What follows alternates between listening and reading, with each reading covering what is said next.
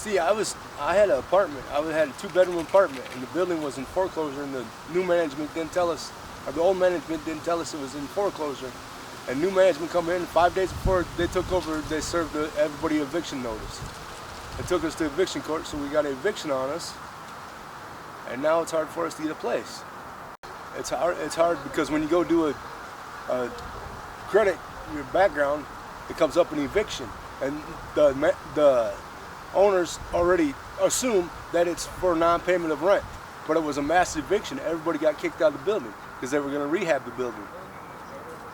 See, we've been together for 7 years, and we got 3 kids and another one on the way, and we decided to get married, thinking it would be easier for us to go to a family shelter, but it just made it harder on us. We were at Cornerstone Shelter on Clifton, and we had a verbal domestic and made a hotline call and said we had several domestics. But I was already put out of the shelter, so, and all the shelters are supposed to be a safe haven, but DCFS come in and took our kids, and now we've been fighting with DCFS for 6 months on getting our kids back. Their reaction is they want to come home all the time. Every time we come, we go see them every week, every Wednesday for 2 hours, from 4:30 to 6:30. And every time they get ready to go, 15 minutes before they get ready to go, we tell them they got to pick up their toys, and they all start crying because then they know it's getting time to go home. And then I go walk them out to the car and put them in their car, put them in the car, and then they leave. It's just crazy. And I tell them, every time I put them in the car, they cry and cry and cry. And I tell them I'll see them next week. And then they settle down. But the DCFS worker that's doing our supervised visit, she said that she don't see no form of abuse. There was no form of abuse, so I don't know what is still keeping them. Why DCFS still keeping the kids? The only thing I know is it's our living situation that we got. And like I told the DCFS worker, I said, okay, if you're worried about our living situation, why don't you do something about it? Why don't you help us? You know. And they're not even helping us. We're trying to do everything on our own. Look for apartments, everything. Our system is a really messed up system. They're supposed to help us when we need help. We've been to shelters and they're not even helping us. You get a 4-month stay in a shelter and they can't even do nothing in 4 months. Our system is a bad system that we got. We need to figure out a system where they can help. Because there's a lot of us homeless people out here. And it's not, we want to be out here. It's not that we go spend our money on drugs or alcohol or any of that. It's just that bad situations happen to people. And unfortunately, we're in one of the bad situations that happened to us.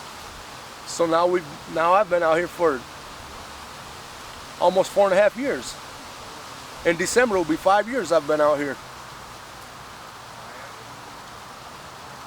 Nobody wants to help us. I don't understand. We're not bad people. It's just we're one of the unfortunate ones that got screwed in the end of all of it. But we gotta stay positive and keep going day by day and hope something comes up. Oh yeah, I miss the kids. I miss the kids a lot, and the kids miss us. It's just, I don't know when DCFS is gonna do what they gotta do to return them home. But I know they ain't gonna return them home until we get a house to go to, or a place to go to. And I don't know about shelters anymore. I don't believe in shelters at all. Yeah, the foster care, they got them split up.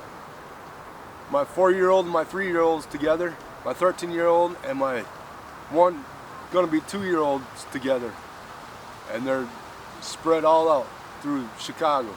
Some are in Chicago, some are in the suburbs. And one of them's turning 3 today. It's her birthday.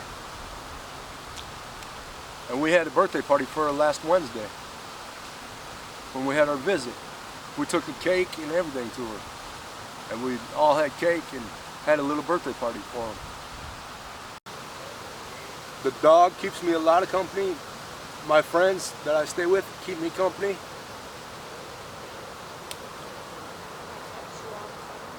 My wife texts me all the time. I run on a battery charger all day long. All day long I run on a battery charger because my phone, there ain't no place to hook up, charge phone until after 4 o'clock at night.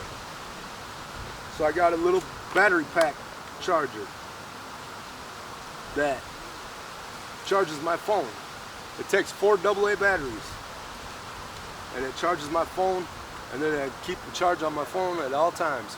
So because a cell phone nowadays is important when you're out here being homeless. Communication, because if you ain't got communication, you're gonna go crazy, you're gonna go nuts. I'm not gonna give up on fighting. I'm gonna fight until I take my last breath. I'm gonna get my kids back. That's my main priority right now. As for housing, sometimes you fall in a crack somewhere and you have to get back up and try it again. There's somewhere out there some that will help me get housing. I just gotta find the right people that's gonna help. So I just gotta keep picking myself up until I find the right one. I'm not gonna give up though. I'm gonna keep going. You fall, and pick it back up. Let nobody knock you down or put you down. You gotta do the best you can. I said, this is my baby.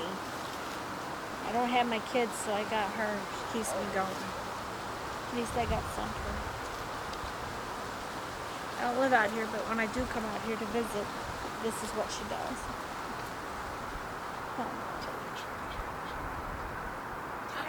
I dress her up all the time. I got little dresses and stuff I put on her. And then she has winter coats and little booties and little, oh, she's ready. She's full.